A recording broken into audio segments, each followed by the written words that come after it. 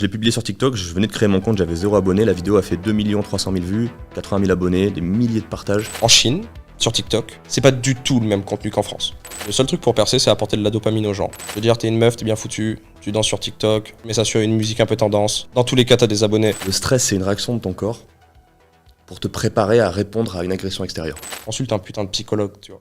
Bonjour et bienvenue à tous dans ce nouvel épisode. Aujourd'hui, je reçois Arty à ma gauche et l'homme de l'ombre en face, que nous nommerons Monsieur X ou Lucas, qui a gentiment accepté de participer pour venir alimenter de ses réflexions notre vaste débat. Donc merci d'être venus à tous les deux. Merci. Merci à toi, ça fait plaisir d'être invité. Écoutez, avec plaisir, messieurs. Alors, aujourd'hui, on va parler d'un sujet très intéressant, la gestion du stress, mais également d'autres sujets dans les fins fonds d'Internet, où notre cher ami Lucas pourra participer. Avant de commencer, moi, je propose juste une présentation pour les personnes qui ne vous connaissent pas. On va commencer par Arty. Avec plaisir. Alors moi, c'est Art Milan, alias Arty, alias Bis Adoméos sur Internet. Moi, je crée du contenu de formation sur le bien-être physique et mental et surtout sur la gestion du stress, qui est un truc dont pas grand monde ne parle, mais qui pour moi est très important. Et donc j'essaye d'imposer ça dans le débat et partout sur Internet. Ok, de mon côté, si vous avez 85 de QI, je dirais que je suis au RSA, et si vous avez 110, moi je suis un entrepreneur. On fait des sites internet et on fait vraiment que ça, on est spécialisé dans ça, on travaille avec des entrepreneurs, des influenceurs, des créateurs de contenu. Comme tu l'as dit, on est dans l'ombre, il n'y a pas de site internet, pas de réseaux sociaux, on est sur un cercle fermé. Et on se cantonne à ça, on fait pas d'autre chose que des sites internet et c'est vraiment cool. Donc voilà pour l'intro. Bonne intro. Ouais, parce qu'après, il faut savoir que pour qu'on travaille avec toi, c'est essentiellement de l'affiliation ou du referral, quoi. Ouais, c'est ça, en fait, on bosse uniquement en cercle fermé. C'est-à-dire qu'on va travailler uniquement avec les personnes qui connaissent nos clients ou mon réseau directement. Et en fait, ça nous permet de filtrer. Tout simplement parce que de travailler avec tout le monde, c'est-à-dire que tu vas travailler avec des gens qui comprennent pas forcément ton métier. C'est-à-dire que c'est une perte de temps parce qu'ils savent pas forcément ce qu'ils veulent, etc., etc. Et c'est assez compliqué. Donc, on a pris la décision de travailler uniquement en cercle fermé depuis le début et c'est ce qui nous permet de filtrer et de faire qu'en fait, tous nos clients ont la même vision que nous et ce qui nous permet en fait de faire des projets incroyables et d'avoir des rendus complètement fous où nos clients sont super satisfaits. Donc, ouais, c'est un filtre naturel qu'on a préféré faire. Bon, on va commencer avec le premier sujet. Comment les nouvelles technologies changent aujourd'hui les codes de consommation? Tu veux dire les codes de consommation de contenu? Ouais, parce que toi, tu es l'un des premiers concernés, vu que tu fais de la gestion du stress. Ouais. Et toi, tu es un deuxième concerné, et moi également, parce qu'on est tous les deux à la fois créateurs de contenu pour ma partie, et toi, créateur de valeur aussi sur tes sujets.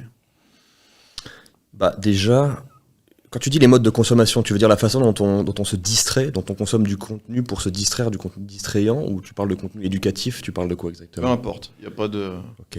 Tu l'interprètes comme tu veux. En fait, les nouvelles technologies permettent à la fois l'accès facilité et l'abondance, mais l'abondance, elle est à double tranchant parce que qui dit abondance dit accès facilité à peu près tout ce qu'on veut, mais dit aussi abondance sur abondance de contenu, donc difficulté à discerner ce qui est vraiment utile de ce qui va pas nous avancer à grand chose. Donc ça devient compliqué de faire le tri et on est surchargé en fait. Et ça génère du stress, ça génère de la suractivité mentale et de l'épuisement. Donc pour moi, c'est à double tranchant. C'est une opportunité, c'est génial, mais en même temps, il faut se protéger un petit peu parce que si on prend tout ce qui vient, on devient boulimique de contenu, quoi. Et quand on est boulimique de contenu, on retient rien, on n'apprend rien et finalement, on n'a rien gagné, quoi. On a juste perdu son temps. Le stress, ça fait quoi exactement sur le corps?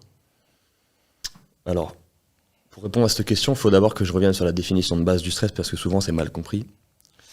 Le stress, c'est une réaction de ton corps pour te préparer à répondre à une agression extérieure.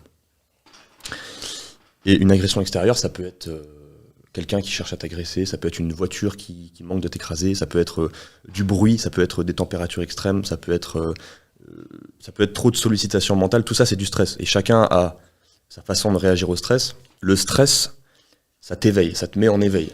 Ça te met dans une situation où tu es capable de réagir. Donc en fait, le stress,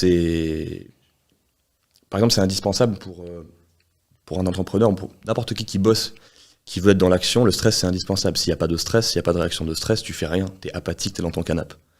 T'es une loque en fait.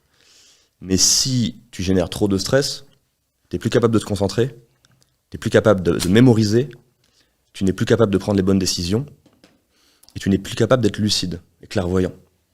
Tu vois ? Donc tu fais des erreurs plus vite.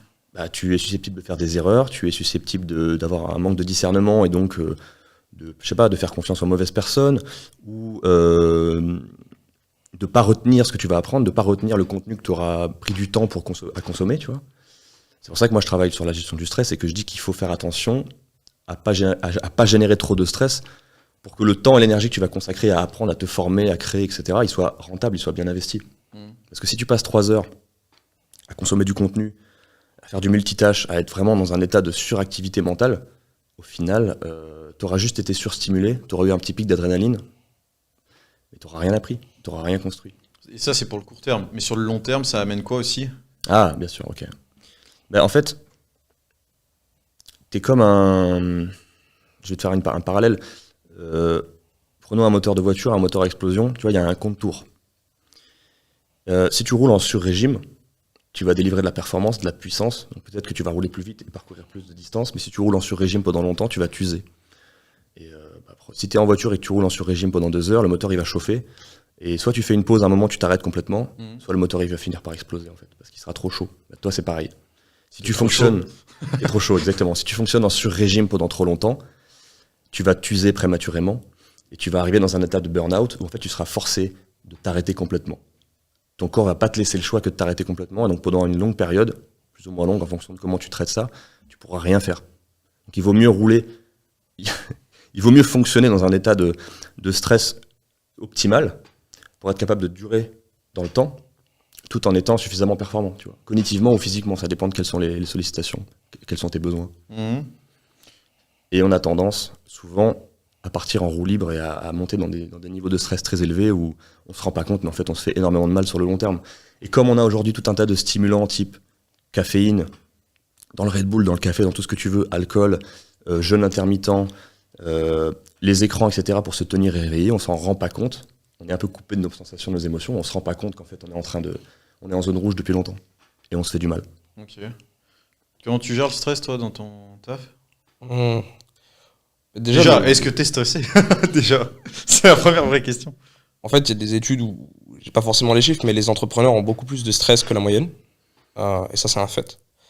Moi, déjà, le premier truc par rapport au stress, en fait, il est très simple. Et c'est un conseil que je donne beaucoup en consulting aux entrepreneurs, c'est consulte un putain de psychologue, tu vois. Et ça, c'est un sujet putain de tabou parce que, c'est pas forcément d'actu. Et puis, la psychologie, c'est quelque chose de très nouveau. Mais moi, la première chose, c'est que j'ai un psychologue incroyable. Donc, en fait, sur tout l'aspect personnel, spirituel, et sur la connaissance de moi, j'ai un très bon psy. Donc déjà, je suis accompagné sur ça et ça me permet de beaucoup mieux le gérer. Ensuite, j'ai l'activité qui me plaît de fou, en fait.